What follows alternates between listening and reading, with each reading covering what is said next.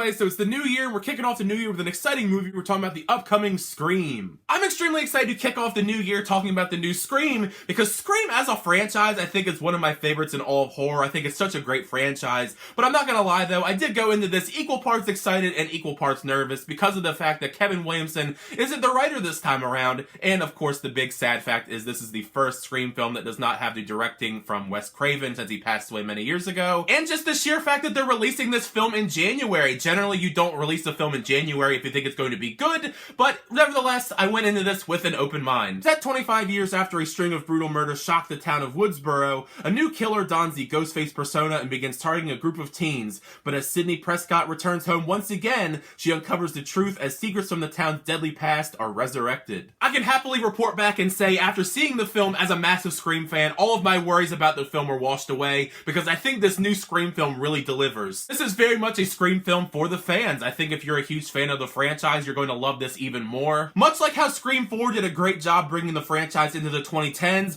this film does such a good job bringing the Scream franchise into this new era of horror, and all in all, it's just a blast. It's a really good time. Like in any of the best Scream installments, you want to find that good blend here of horror, but you also want to have some great comedy that goes along with it, and I think this new Scream balances the tone so well. The mystery element in this new Scream, it's a lot of fun, especially in the way that we incorporate the legacy characters in with the new cast. With this being the 5th installment in the franchise and another decade passing between Scream 4 and Scream 5, I was wondering how we were going to include the legacy characters of Sidney, Gale, and Dewey into the story and have it feel organic to what's going on with the new cast of characters, but they do play a key part into the main story and mystery that's going on in the film thanks to the fact that Scream 5 leans a lot into the themes of legacy. The script is still very much a fresh idea as Ghostface kills off these teens one by one, but the film does pay great respect to the original film. It almost feels like a love letter in some shape or form. I think that's something that I really appreciated as someone who loves the first film a lot. There's a lot of fun Easter eggs and references throughout the film that I think you're going to love,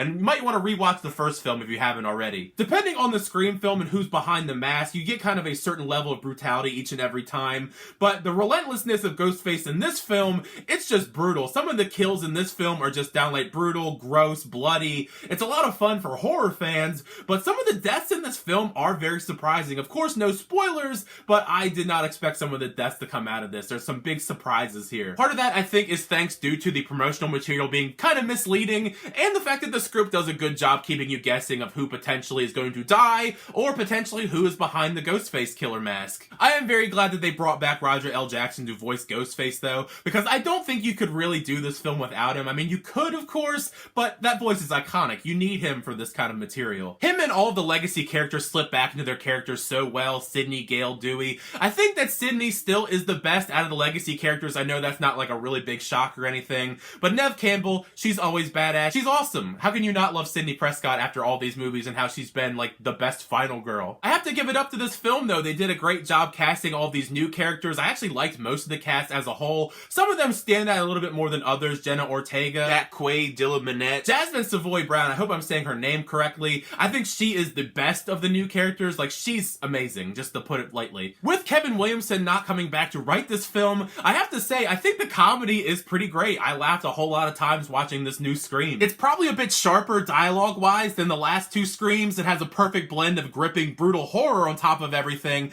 but it's also really funny in the way that we do poke fun at the horror genre like we do in every Scream film. This time around, we're doing hilarious biting comedy on horror of this generation, specifically the horror genre that's like, I guess, elevated, if you will, like the A24 Neons of the world. I do like that genre of horror, but I love that they are able to poke fun about that, and the fact that they have no problem poking fun at themselves. We are in the 5th Scream film by now, so of course you have to poke fun at yourself at this point. Huge kudos have to go to the two directors of the film though, Matt and Tyler from Radio Silence. I'm a big fan of some of their previous work, like Southbound and Ready or Not. Great directors in their own right, but big shoes to fill here, filling in for Wes Craven of all people. They did some amazing work with this new Scream film. Some of the shots in the film are just so well done, so well executed, and just haunting in the way that they're framed. I'm not entirely sure where the future of the franchise is going to go here, but if we do get another Scream after this, I would love for them to return as directors and the writers as well. I think we have a great team here to keep going with more films potentially. If there's any negatives I do have about Scream though, I do think the first act isn't the greatest. I think the opening is pretty good, but afterwards it does take a little bit to get going. But by the second act, things do pick up steam, and the third act in general is just fantastic. I think that minds are going to be blown by some of the stuff that we get in the third act acted this new film. All in all, this new Scream really pulled it off, breathing new life into this horror franchise once again with another great sequel. It's filled with great scares, hilarious self-aware comedy, and just a fun new entry in general. Like I said, I'd love if they kept this team together if we get more sequels in the future. You never really know because it's been so long between Scream sequels. I hope that we get more, but you never really know at this point. I am excited though to hear your thoughts down below. What do you think of the new Scream when you get a chance to see the film? Do you like the film, not like the film? Share all your thoughts down below in the comment section. It's part of the fun is having the conversation with you guys in the comment section, especially if you're a huge fan of Scream.